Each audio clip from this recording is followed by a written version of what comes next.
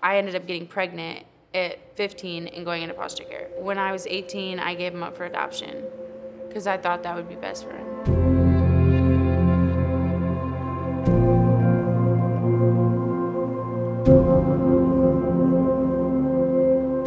I was just lost in everything, and I came back down here when I was 18 to like find my family, and I found them, but then I also found drugs. So I was like homeless in the streets. I spent 7 years basically shooting up meth. I was living in like abandoned buildings and stuff. I never had a food stamp card, never had an ID, never had a license, never had a place like to live, literally. I had this routine.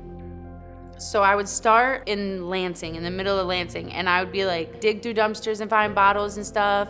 And then I would make it from 3 o'clock in the morning. I would be running around the streets, carrying these big old bags of bottles. And I would go into Kroger at 6 o'clock in the morning. I would turn all my bottles in, and then I would get food to eat. Being on meth, like I could be up for weeks and not have to go to sleep. So it was just like really unsafe and scary. It all got really bad. Like I was like shooting up 3 times a day, and I was doing a lot of it. It was either collecting bottles, or I'd be like working on cars and stuff, or like hanging around with people who worked on cars. They would steal cars and stuff, and I would like help them, like take care of them and stuff, and we would get money for that. Yeah, so it was basically hell. So when I realized I hit rock bottom, it was when I was in jail. The people in there just like harassed me to the point where I just felt like just so weak and just ready to give up. And so I like tried to kill myself in jail. And I was like thinking to myself, I'm still a mom, you know, and there's still gonna be like that little boy that's gonna come looking for me. And when he finds me like this, or if he doesn't find me at all, how is that gonna make him feel? And like, I loved him. Like, I didn't give him up because I didn't want him. I gave him up because I loved him. There was the Hope's Pathway program in jail, and I got introduced to that like 2 months before I got out of jail. So like I went to the class like every day, and I completed the certificates and stuff. I feel like Glass House is like a really good transition for, you get out, you're in jail, and you're like, it's like closed quarters, closed doors. And then when you get into Glass House, it's like you get like a little bit out into the community, a little bit out into the community, and you start doing a little bit for yourself, a little bit for yourself. And you get like people who understand like how it is, and they help you like navigate where you need to start going. Now I live at Women's Safe Harbor. I want to be a counselor. I think for the degree, it's like 3 years. But I feel like I could probably find something with that I can work, like PRC or something like that, or just something that I don't really need the degree yet, but that will still be working towards that goal, you know?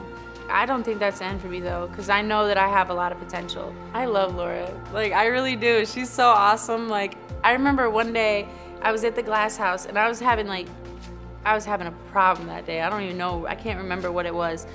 But like all of a sudden they're like, Angela, can you come into the office? I was like, yeah, great, okay, sure, what'd I do this time? And it was Laura, and she had these bright yellow flowers. And she was like, hi Angela, I just wanted to check on you and see how you're doing. I was like, oh my God, Laura, you just brought up my whole day. But no, she's really great to work with, she really is. Like she gets stuff done, and she's like easy to talk to, and she's just really awesome. I love working with her.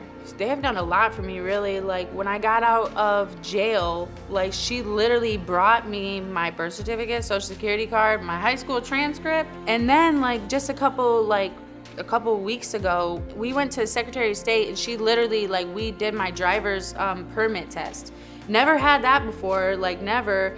And like they helped me get into driving classes and everything. Like they hooked me up. I think how I got over it was God, really. Like, and it's so weird, like people like are like, but yeah, it's God, because it's like I understand that I have a purpose, and that that's not gonna like help me live in my purpose. And I hated the person that I was when I used, and now that I know that there's a better life and stuff like that, then I don't, you know, I'm good on that. Things are always hard, but the more that we push through the hard things, and the more that we like dream, which is crazy, people don't dream, but it's crazy because it really comes true. You know, you just gotta like push through life. So I would just want people to know that it gets hard, but it always gets better. I would say to them that they have to have hope, and they have to look back on the things that have went right, and try to look at the source of, like, it's like you're not dead. There had to have been something that brought you out of that. So you have to embrace the things that bring you out of it, regardless if it's good or bad, but you have to understand that something is bringing you up.